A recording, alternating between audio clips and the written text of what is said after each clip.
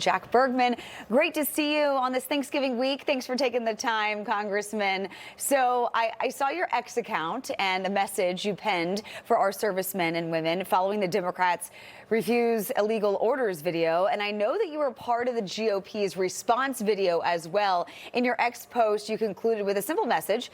This was deplorable advice for our service members. Can you elaborate? I know you have a lot of thoughts on what those 6 Democrats did.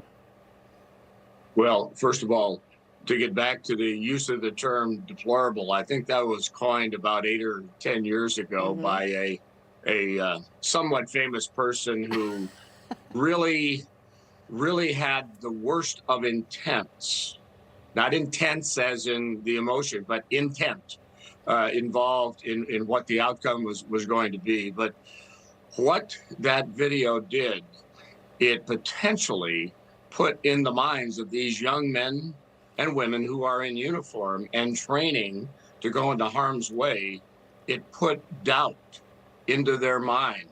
And when you do that, in fact, that's the opposite of what we do in training for a military operation, because it's the confidence that enables our service members to succeed, in battle.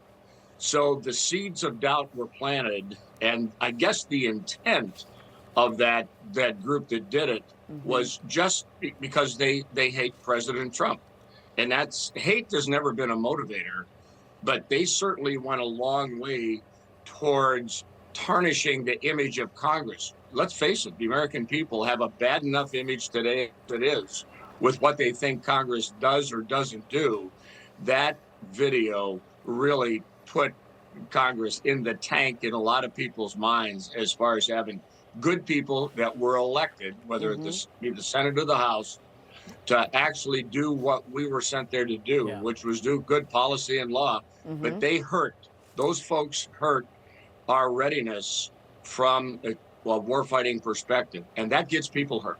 Yeah. So Mark Kelly, under investigation right now, the penalty for seditious conspiracy, maximum of 20 years in prison. But Congressman, I'll get your thought here, because now we're hearing from other Democrats. Arizona Senator Ruben Gallego is now speaking out, taking X with some very strong language, telling the Pentagon, F you and your investigation.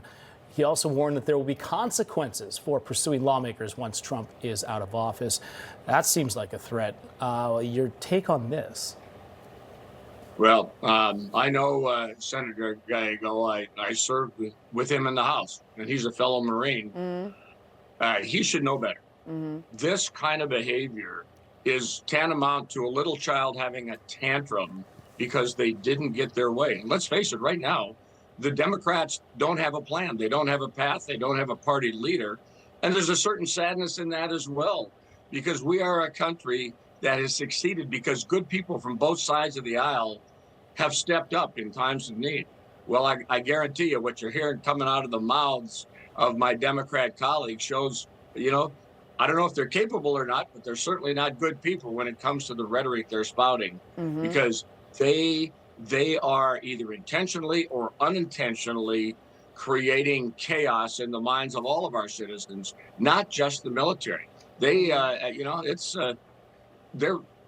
That's just set the bar low and then don't exceed it. That's what they're doing.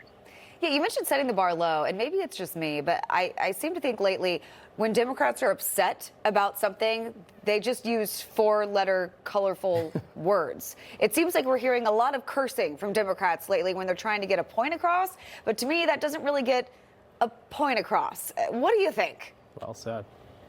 Well,